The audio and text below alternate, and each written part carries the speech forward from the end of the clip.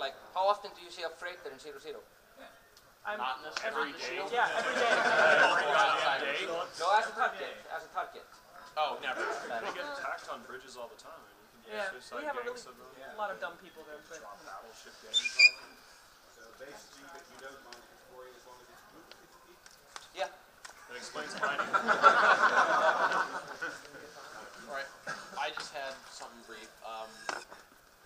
I'm part of a group that obviously goes around and sets things on fire and, you know, pees on people's lawns and stuff. And all I have to say is that there just should be something where we don't necessarily cause a massive infrastructure hit. You know, there's only 5 of us, whatever. But Yeah. I still want them to know that I set a bag of poop on fire on their doorstep. without having 500 people? Just something. If you're not going to come out and stop me, I'm going to pee on your porch. Or TV. Or TV. You know, it's just something. Like change the name of their station to like Big Butt Heads or something. I don't know. Just something. Like I don't want a massive effect. I don't want that. Just something that just says, look, if you do just let these people just do donuts in your lawn, you will have a big mud hole in your front lawn and your flamingos will be gone. I just want something. Yeah. There needs to be things that if you're going out on the road and no one wants to come fight, there needs to be something you can do. Yeah. So it's a bit simple. Yeah. If you can make a little bit of money, a bit lovely, but there needs to be something. Something. That's not just like We don't even care about the money aspect of it. We just care about greeting people. Yeah. Pretty much We need greeting the people. tears. Especially when they don't want to fight us. Yes.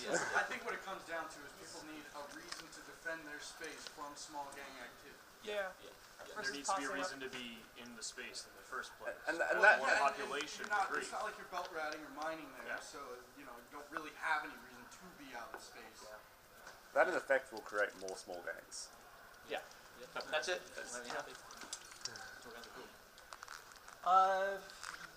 You tackled one of the core mechanics, which is local. I would like to start a discussion on another one, which is soft. How long do we have? Yes. 2.0, to my eyes, didn't change the core problems with soft 1.0. And one thing that really pissed me off is that it's so unrealistic that the aggressor can spot the most important system and start the campaign from there. It's like starting World War II with deployment in Berlin. And that doesn't make too much sense for me. So I would rather see something like starting from the borders and fighting, making use of the topology of the systems and having the map actually give you an impression where the war currently is, which is not the case right now. So, So you won't solve 4. Okay, so the way I like the end goal we're trying to get to here, of having the terrain map and having it feel like a more natural progression of the fight. What I would really hate to do is make a system where you have to take this system first and then you have to take this system and then it's like we put you could only shoot the border systems first. That to me feels like horrendously hacky and forced and non-emergent. If we could find ways of making mechanics so that there's it swings, there's benefits to do that, and you can see there's an advantage to me going there, or I can power drop into Berlin if I want to. I would like to make a suggestion to that. Okay, hit me. Having the general rule that you have to start from the borderlines could also have something that is easy to scan down, which is like starting a bridgehead. And if the inhabitants scan it, then this bridgehead or infiltration unit goes poof. But if they're lazy and are not scanning it down, then you start your invasion from there, and maybe you have multiple spots starting invasion. So it's still progressing from that, still reflecting the topology of the universe, but you basically have to defend your borders a lot more. The borders, and you have to maintain your complete empire. Of course, there are these bridgehead units, maybe.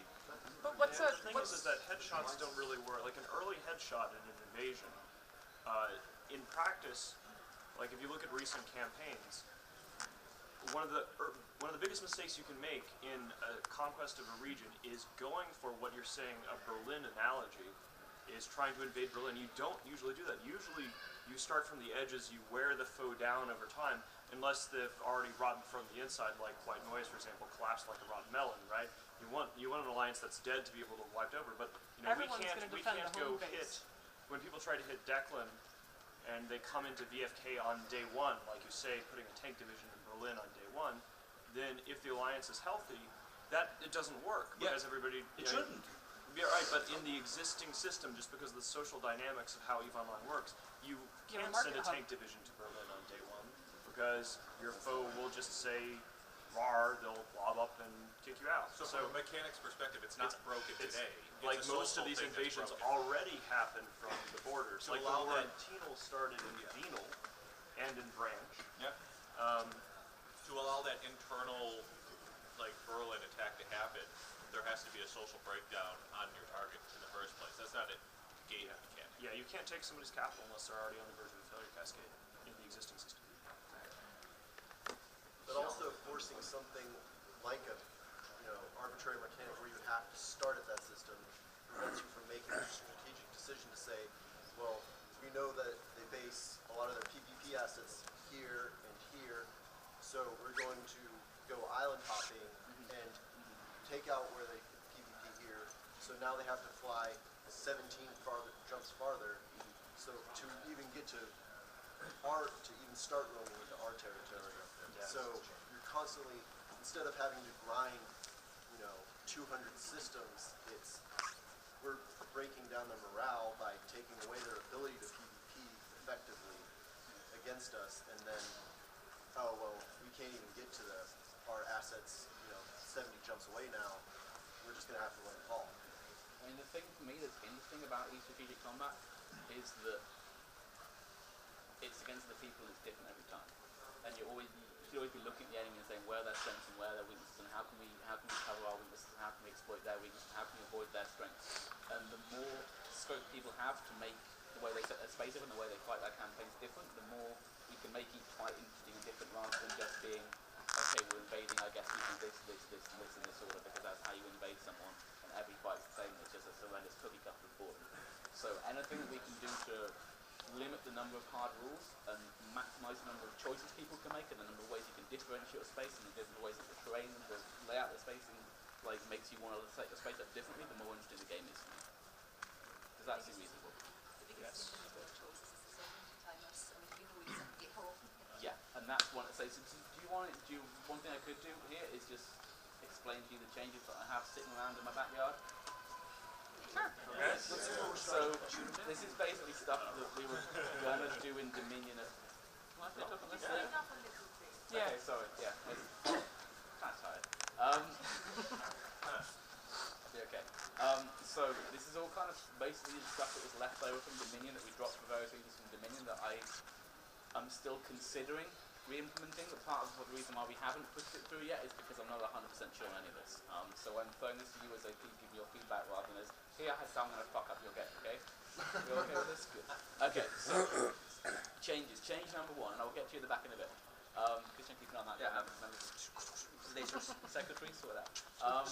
So, change number one would be, I'm still not, this is one of the ones I'm least convinced is a good idea. Billing. We had an original idea that for the SOV bills, we would penalise you for every non-contiguous block of sovereignty you have. Uh-oh. So for every chunk of sovereignty that's all joined up, that's fine. Every separate one of those chunks, we increase all your bills by 20% or something. No. That would Quite a substantial change. That would really enforce not having variety in terms of corps and so forth, because rather than having a little tiny nugget of TNT, for instance, in our space, we would just say, I'm sorry, I know you would like to have your own space, but it's just cheaper for you to rent from us and it'll actually be our space. We want more variety in 0-0, not that, the That's giant fair. yellow blob is not a bad thing. But, But, so long as you're linked up around those little clusters of space, you're fine and they're fine. But what about Wars of Conquest then? Is it one of the things that's difficult about Dominion compared to Post-War? Now, Post-War sucked ass. We all hated it. But one of the things about Post-War that was interesting is that I could just be like, I don't like Bob, and I want to burn them all to the ground. And even though they're way the hell over there, and I have too many regions already, I can go knock their toys over. One of the reasons why nullsec across all of it has seemed to stagnate for a while now is that it's like, well, we could go to war with these guys, but then we have to take more space, and then we have to pay bills on it, and maybe we'll just stay here and doodle around in small gangs instead, fight over moons. I'll get to conquest in a bit because I want to change that as well. It does relate, but it's not the whole thing with just the build. The two things I want to do, the goals, the building things, is one, to encourage people to take more compact areas of space, and say we're going to take these 3 constellations and we're going to take the entire constellation rather than this system and this system and this system. The other thing it does is the guy over here probably spotted, it really screws up jump bridge networks to Empire. It means jump bridges inside your space is fine because you've got this big contiguous blob, but if you're living in teal, unless you want to take a 20% hit for that one and a 20% hit for that one and a 20% hit for that one and you're taking doubling all your soft bills, then a bridge chain to Empire becomes just a pain in the dick. Yeah. There's one thing about doing that though, you can use an alt alliance. You can use They an have 3 systems, and you have a linked Empire. They have 3 systems they pay for. They pay 60% more or something. But it's only 3 systems, yeah, okay, that's the point. It limits it. Yeah. And we can use Jump Bridge with standing, so that's easy to use. Yeah. Yes. Yeah, I mean, getting to and from Empire, especially with jump raiders and stuff, and Titans, and all the other things that we use to just bounce, like, when it came down to it, you know, people in nullsec like jump bridges, and there was a bit of a political revolution last time somebody tried to mess with the whole jump bridge thing. Yeah. So, we like them. I don't know, it's just, yeah. I like the convenience, I don't like the effect it has on the game, which is my problem. I get that it screws everyone in the arse to take it out, but I would much rather see those convoys heading back and forth from Empire, heading through space and being indictable and having a legitimate game and stuff. Half a brain node, you can camp the hell out of jump bridges. Fair.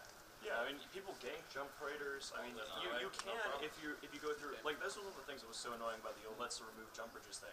If people complain about jump bridges, and anyone could camp a Dictor 300k off one of those bridges when they were in line with each other, pop a bubble, and catch freighters and all the other stuff. Our Black Ops would do it. They're like, oh, it's too hard. They just didn't know how to do it. And now you have bridges separated, you know, by a gate, and so they can camp a gate. But in practice, if you go through the time and effort, and it's really not that much effort, you can snap an alliance's logistics chains, and it happens in almost every major nullsec war. It's not like these things aren't getting blown up. But the thing is you don't need protection for that, right? They run by themselves. Getting just a jump freighter kill is just a jump freighter kill. It's not a fight. And I don't know, maybe everybody here just wants ganks, but Road-Capel, me, we want fights. We don't care about getting a single kill. That takes no skill. So if you don't have to protect your assets coming in and out, That's very expensive. Yeah, we don't need money. But he's raising a valuable point. Like, back in the day when we were old, blah, blah, blah, that op would have required 25 people. Yeah. Today it requires one stupid jump freighter pilot that gets yelled at when he gets ganked. There's an Like, important but part that's like the problem with our geography. Like, we get the opportunity for a fight, like a fight for the life and death situation, or a gank. But I agree. Like, you have a valid point in that, in my opinion. I would counter that though with you're talking skill just as in your fittings and your combat with that specific ship. The setting up the gank, avoiding the defense ganks. There's a whole lot of preparatory skill still involved in setting up those ganks and getting them. Yeah, just it's not easy to interdict. No, I get that. It does take a lot of. I personally couldn't do it. I don't know the mechanics enough to where I can, camp the off. Right? No practice. You'll figure them out quick. The other aspect though too is it allows for nullsec wars you have more than just kill mails. You have to worry about logistics side of things. And if you're screwing somebody's freighters or jump freighters, their capitals aren't getting built, their ships aren't getting resupplied. So it has a very valid point for us. That's for long-term SOV warfare. In 0.0, it's not just SOV. I know it's heavily SOV, but there's also groups out there who just want fights, and ganking one jump freighter does not have any fun for us. I think that if you want fights, you need farms and fields. Yeah, the farms and fields idea that was mentioned last year, I want to hear about that. Like, what's happened since farms and fields last year? We haven't done anything because we haven't done anything.